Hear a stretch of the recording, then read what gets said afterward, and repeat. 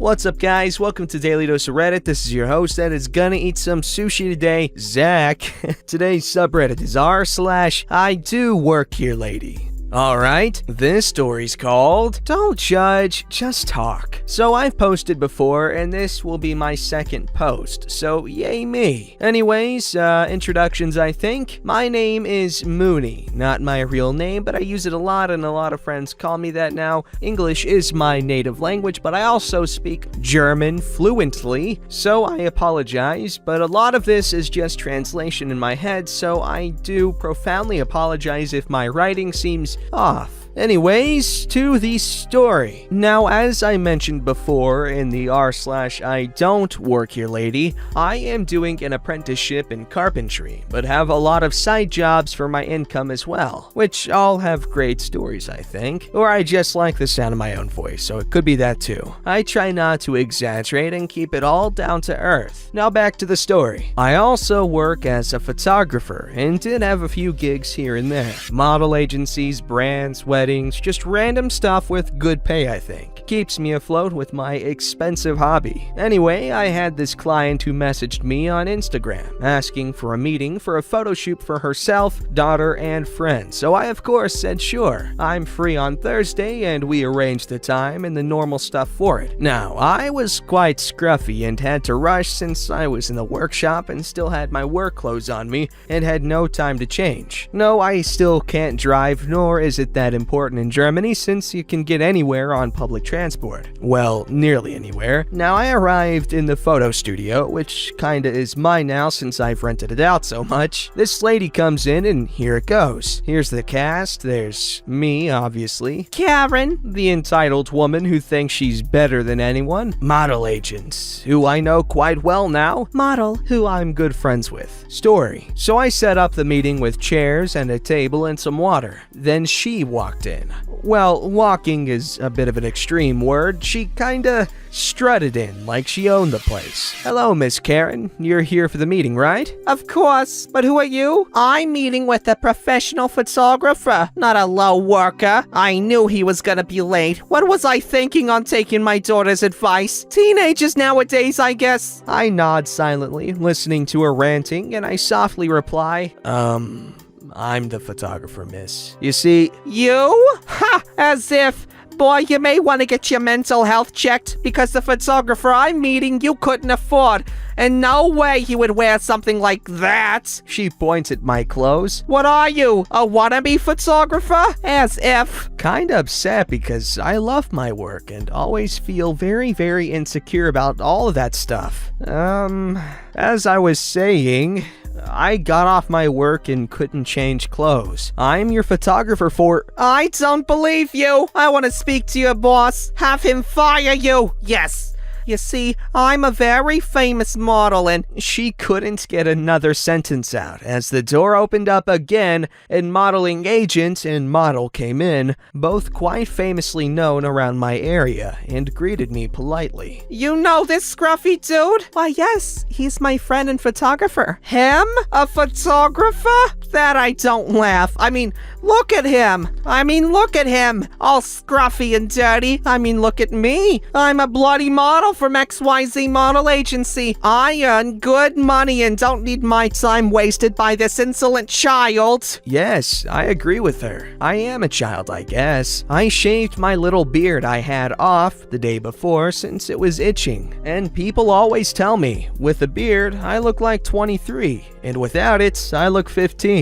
I'm 18, so I get it, but still. Rude, right? Miss, I work at XYZ Model Agency, and I've definitely never seen you around. He is one of the best photographers we have. Sure, he may not look the part, but he has talent. Me, of course, being me, starts blushing because I can't take compliments at all. As if I know the owner of Model Agency and will have all three of you sacked. I was sweating bullets now. If I got sacked from this agency, I'd lose a lot of my income. And I know the owner as well, and all his friends. And since I'm the owner, I definitely don't know you. Then it started, the shouting. which frightens the hell out of me. Most models and friends, coworkers, etc. know I get into a nervous wreck when they're shouting. So the model started comforting me whilst the modeling agent started glaring at the woman. You are not the owner and I know him. I am his girlfriend and... Karen couldn't speak further as modeling agent flowered at her. Are you saying I'm cheating on my wife? If you do not believe me, then here is my business card. But now, get the hell out of here. We will not ever hire you. And I for sure know he won't take your contract, he points at me, because you're a rude bimbo, impolite and a menace. Now out! The modeling agent thrusts his business card out to her, showing her the photo of himself on the card and then pointing at the door. The woman started sputtering but left. Is this the end of the story? No. After all that ordeal, I got comforted by them and they said they'll do the business meeting some other time. A few days have passed and I go back to work in carpentry. As I was sanding something down, we heard a cough at the entrance of the workshop. Well, look here. It's Karen again. Now, since I'm on very good terms with my boss and we tell each other stories, I told him the story on what happened and I started shaking. My boss saw this and looked at her and then at me. He had the look of, "This here?" And I nodded slowly and nervous, a lump forming in my throat because, well, I already knew what was happening. So he went over to Karen and, well, all hell broke loose, in a quiet manner to start with. Here's the cast. There's me, of course. Karen, mean-ass woman again. My boss. Coworker. How can we help you, miss? I'd like a table done. Fast. When is the next opportunity? In 3 weeks. We are fully booked out. What? No, I'll let you know I'm a very high-up person and need this done as soon as possible. And as I said, in 3 weeks. But also, we will not take the contract since it's all up to the worker. He then pointed at me. I gulped slightly and the woman looked at me. She then finally realized who I was and started looking at my boss. I know him? No, I won't have my stuff touched by this menace. You need to fire him immediately. He is incompetent and is going behind your back and working for someone else. Oh, I know what happened, and I also know that he is the most competent person here who can do those sorts of tables, since I have no experience with those tables and the coworker also doesn't have a clue. Which was true. It was an old table with a few designs in it where you really have to be careful on sanding it, so I was happy that I wasn't useless. I don't care. He is rude and young. How dare you hire someone like that? All the commotion brought in the other workers from the other businesses in the same building. One of them, a friend of mine who is 6 foot tall, muscular, and had a ton of tattoos, looked at me and then at her, who was pointing a finger at me all through her rants and then back at me. Finally, he turned to the woman and took a step forward. We will call my friend now. Is there a problem, friend? Because you're being awfully rude to my friends. I'm gonna have to ask you to leave. Unless you still have business. He looked at my boss and he shook his head saying no. He then slowly ushered the woman out as she paled, seeing a tall, muscular hunk of a man standing over her mere 5 foot. She rushed out and I've never heard from her since. Moral of the story, never judge a person by the looks, because I could have easily gotten her a discount for her table if she worked with me. Got my modeling agent a slight discount while they refurbished their office, so it wouldn't have been a problem. Wow, so apparently she was trying to make it in the modeling industry and she essentially blacklisted herself in her attempt. Isn't that ironic? This story's called, Ma'am, I assure you, I am the administrator here. Long-time lurker, first-time poster. I've debated on sharing this, as there's no way I or my site can be identified, but the environment in which it occurred has a very hush-hush reputation. For about 10 years, I worked in a community-based mental health and social work, specifically as a staff. and then a manager and then administrator of 2 residential long-term recovery care facilities for folks with long-term, severe, and persistent mental illness. We were somewhere between a halfway house and an adult foster care facility. Homes and communities converted to have 6 to a dozen or more bedrooms, a kitchen, living room, and office space for staff and MedPass. I was in my mid-20s, and the thing about the scene is that the average turnover for staff is 8 weeks. Most staff burn out, as working day in and day out with difficult residents isn't the easiest job, and the pay isn't great. Just lasting a year pretty much makes you management material, and I did it for almost a decade, so that by the time I was 27, I was the administrator of 2 sites and managed most of the touring, admissions, intake, and discipline, write-ups, and evictions. Not everyone takes the kid in the blue jeans and Mastodon t-shirt seriously, which was fine with me. The story begins. I did your usual admissions tour with a mom and her son, as she was trying to get him out of her home as he was smoking a lot of pot, drinking nearly every night to blackout drunk, and generally being verbally and physically abusive to her and their family. We have a lot of rules about living in community with other folks in recovery, and both my homes were dry housing. No alcohol, no weed, no prescription drugs unless they were passed by staff at set med times. No getting drunk and coming home to sleep it off, etc. There were also pretty strict rules about how you treat the other residents for obvious reasons. During the tour, the son is already being abusive towards his mother and rude to me and my house manager, the guy who reported to me and handled some of the day-to-day stuff while I was at the other side. My house manager, Lars, not his real name, was a little older, probably mid-50s at the time, a little taller than me, and had that cool dad quality that I needed in a house manager. Since I had to be the hard-ass, "These are the rules, you must abide" type,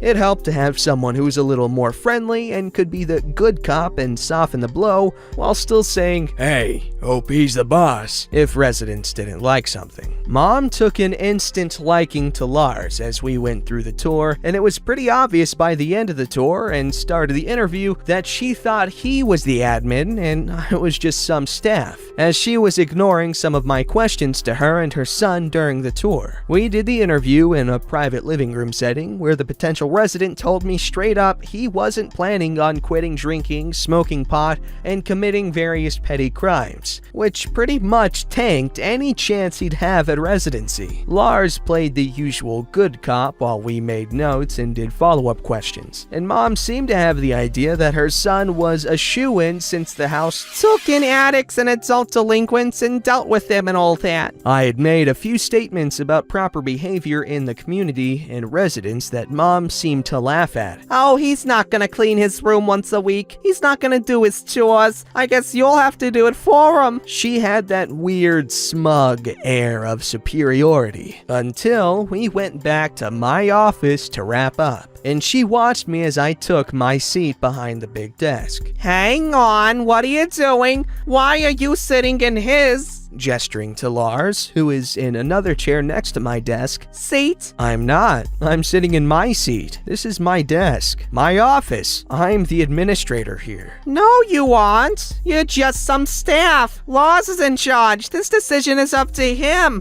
and he's gonna let my son move in this week. Ma'am, I assure you, I'm the administrator here. Your son won't be able to move in this week. I don't have any open beds at this time and don't anticipate an empty bed until at least 2 months from now. And I already have a wait list of about a dozen folks, all of whom showed better manners and seemed more than capable of following some basic rules about respecting their peers in the house here. Dookie popped off. I'm not sure where she got the idea that we'd just be able to move her kid in and move someone else out of the room they had. What was even weirder, she hadn't started any of the paperwork to get her son considered for disability. He didn't even have a proper diagnosis of any sort of severe, persistent mental illness, which was usually required to get on disability, and by extension, the state federal health insurance that paid their housing. I'm not even sure why our director scheduled the tour and interview,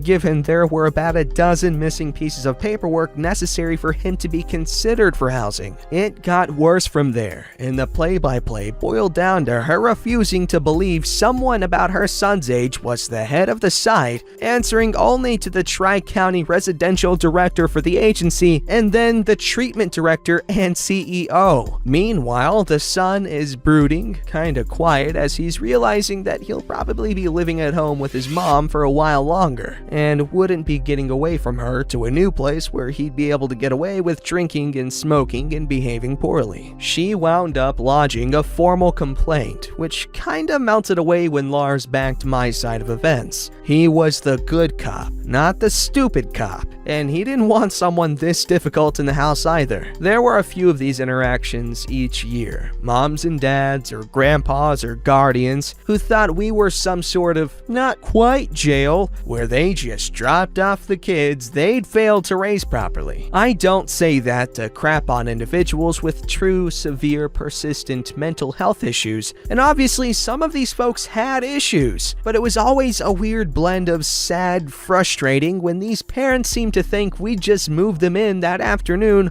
without a thorough vetting process. That seems like a really good place that does some good things, but obviously we don't know the full case. But from what OP says, sounds like a nice place. But it seems they only accept people that truly want to be helped, maybe. And that kid was unapologetic in his lack of anything, really. This story's called What Gave It Away? Not me, but my wife. She drove for a large metropolitan transportation agency. She's driving a bus, pulls into a stop, and a man boards her bus, looks at her in the driver's seat, full bus driver uniform, and asks, "Do you work for large metropolitan transportation agency?" Like, no, I just stole this bus and a uniform so I can get to work, but I thought I'd stop and pick others up while I'm at it. They breed, vote, work? How? The reason why there exist so many dummies out there is because there are so many dummies out there for the other dummies to reproduce with. Simple math, man, simple math. Which is what they're unable to do, right? Don't forget to like, subscribe, and hit that bell to never miss an episode.